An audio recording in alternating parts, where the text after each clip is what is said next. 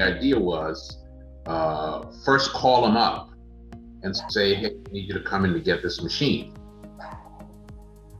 Because our patients are all Medicare on this program, they generally come in every 3 months. So we have a steady stream of patients who need one of these machines, except that during the pandemic, nobody came in because we did all telemedicine. And so, we decided that we would give it to them as they came in. Here's the issue. The number one issue I would advise practices. The patients chose you to provide their care. And they chose you specifically because of the doctor. They didn't choose you because of the medical assistants or anybody else. They liked the doctor. The doctor has to make the sale. Okay? The doctor has to say and to the patient, not do you want this machine? I am going to give you this machine.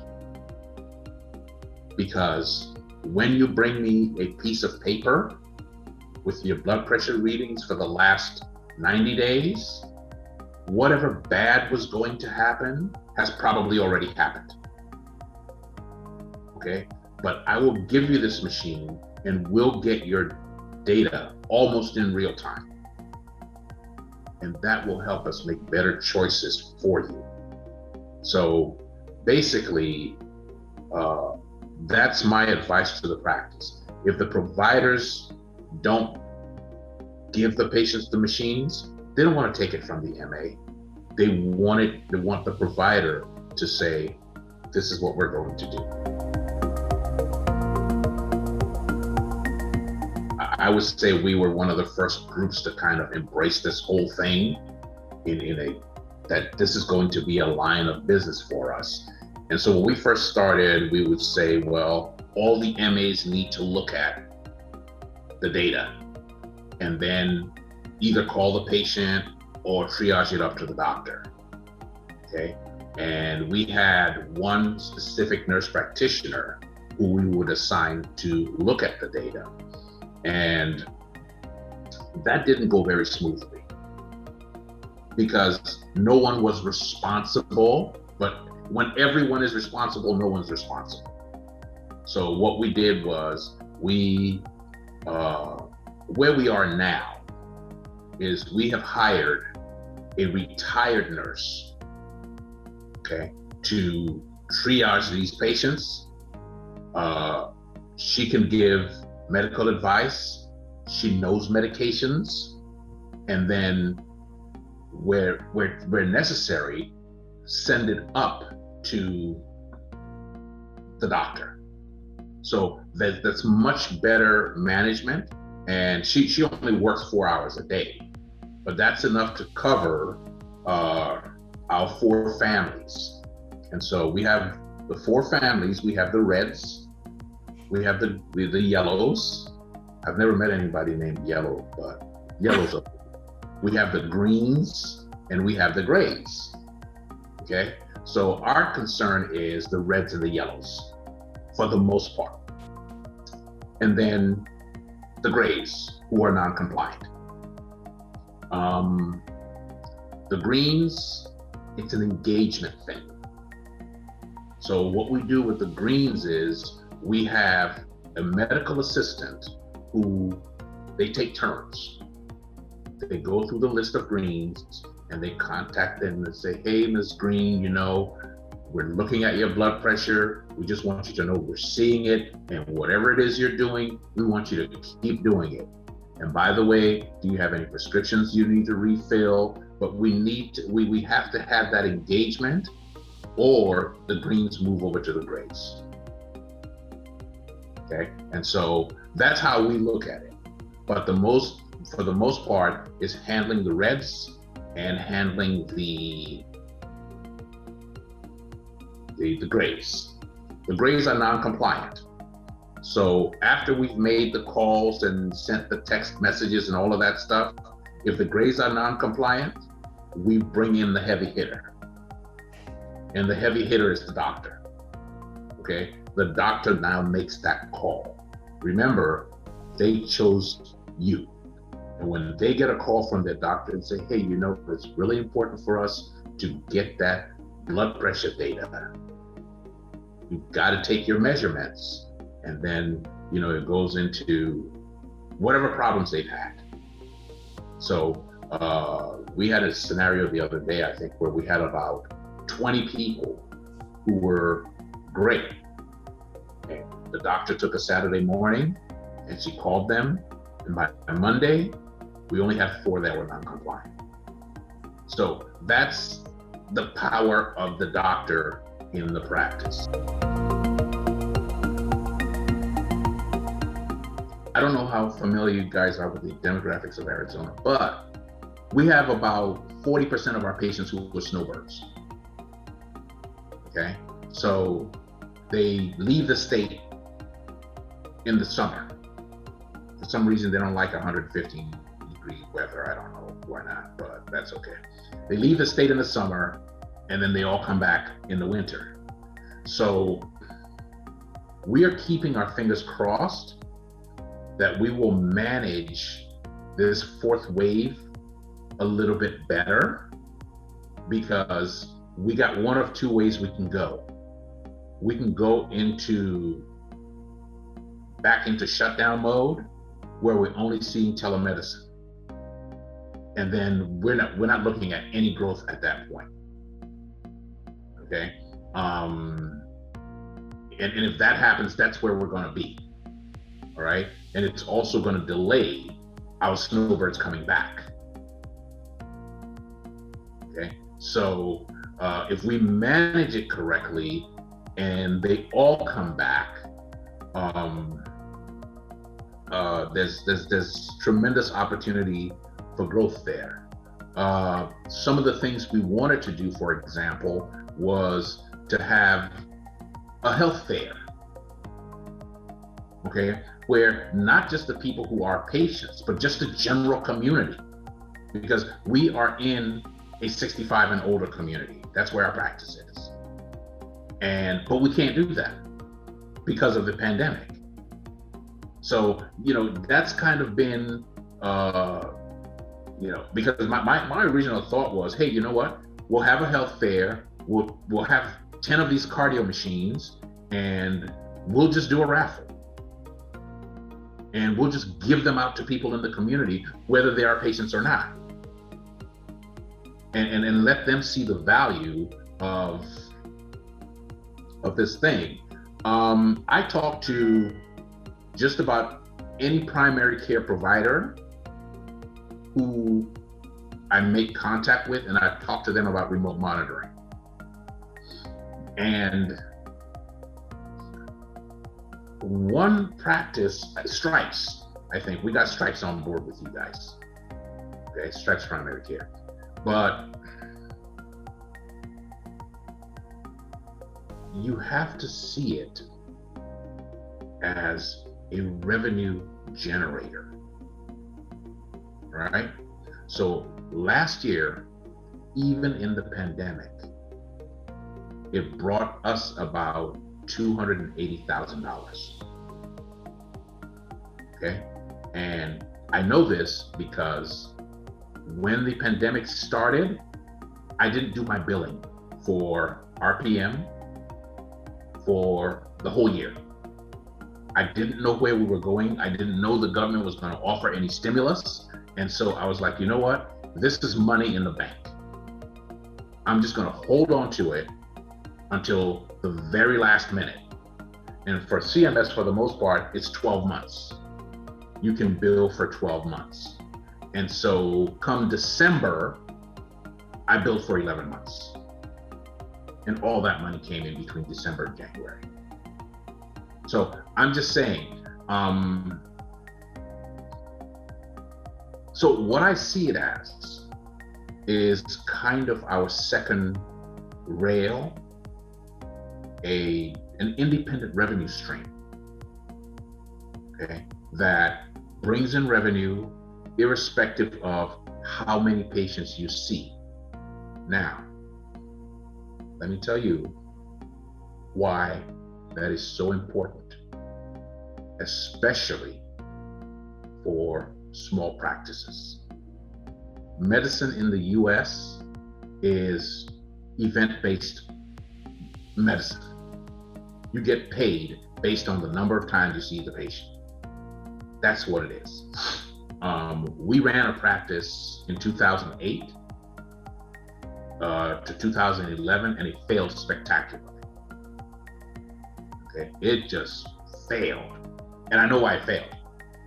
It failed because we're new, and we were like, well, Dr. Copeland had worked with another practice that the owner of the practice died, and they decided, all the doctors can take their patients and set up their own practices. So we did that, and we decided we're going to take everything. We're going to take every insurance there is under the sun. We don't care if you got insurance in Russia, bring it, we'll take it. So we took every insurance under the sun, right? But what that meant was the doctors or the providers had to see 25 patients a day just to make, ends meet. There was no alternative revenue stream. So when she decided to do this again, I went back and I looked at the numbers. And this is what I found. There is tremendous value in the Medicare and over patients. Most primary care providers don't want to see the Medicare patient because they think they're too complicated. They're not, because guess what? They've all got the same 7 diseases. Okay? They have hypertension, they have hyperlipidemia, they got hyperthyroidism, they got what else they got? There's about 7 of them, but they got the same 7 diseases, and these are not diseases that are going to get better. These are diseases they have to manage. Okay? 9 out of 10 of these patients have to come to the doctor every 3 months. So they have standing lab orders. This is actually going to the payment model in the US. Right? What my data shows is that patients who are under 65, we only get about 1.68 visits from each of them every year. Okay? They only come in when there's something wrong, and when that thing is fixed, they don't even come in for the follow-up. Right? I think I sprained my ankle. Can you give me something for pain? Yeah, I'll give you something for pain, but let's see you back here in 2 weeks. After a week is working, I'm not going back. I'm good. Right? So it averages about 1.68 for the non-Medicare patient. For the Medicare patient, it's 4 visits. So let's just use this model that says in order for a provider to be profitable, they need to have 2,000 patient visits a year. Right? You've got this one group that you can only get 1.68 visits a year out of. If you just focus on that group of patients, you need to have about 1,100 to 1,300 patients to get to that 2,000 visit number. If you only focused on the Medicare patients, you only need 500 of them to get to 2,000. From a practice perspective, financially, here's what it means. It means you're gonna have to put out less overhead for the Medicare patients because you're managing fewer of them to get to that same number.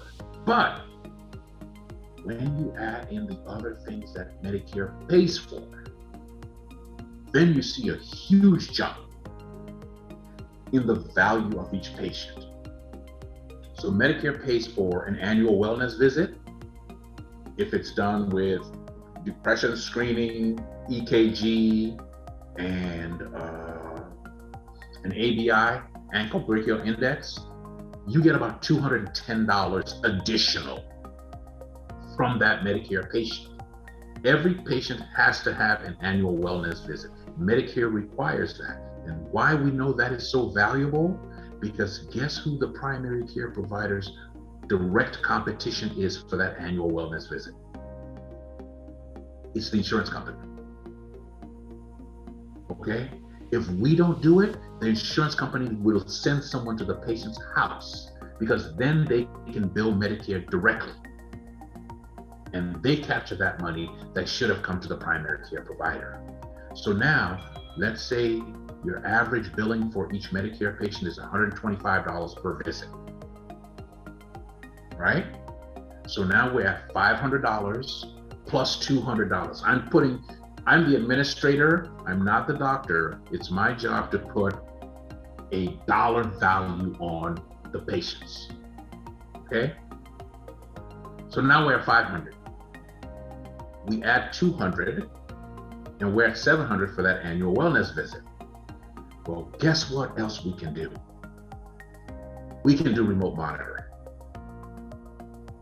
So for every remote monitoring patient we add and we manage the program correctly, we're averaging about $93 per month per patient.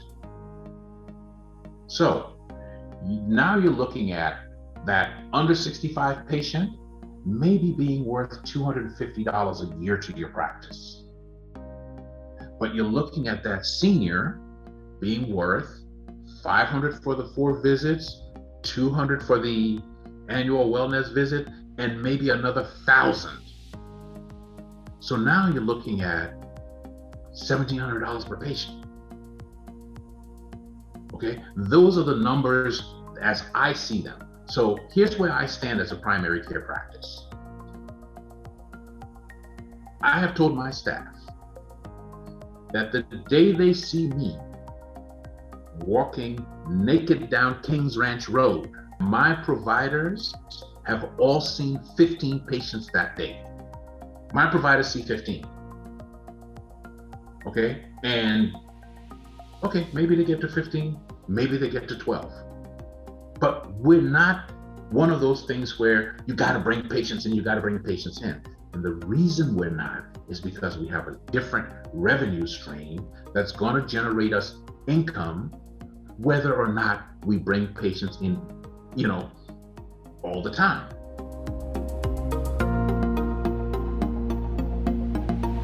We had a patient who was falling. This was about 6 weeks ago. She was falling, but she didn't have hypertension. So we gave her a monitor. And it turns out that her blood pressure was very low at certain times of the day. So, that's another thing. So we're paid to monitor hypertension, but we don't monitor hypotension. And when you have somebody who's 90 years old, hypotension can be a problem.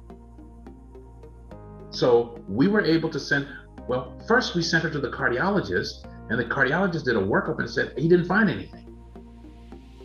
So we put her on this machine, and it turns out that the first 4 or 5 readings, her blood pressure was low. I'm talking 70.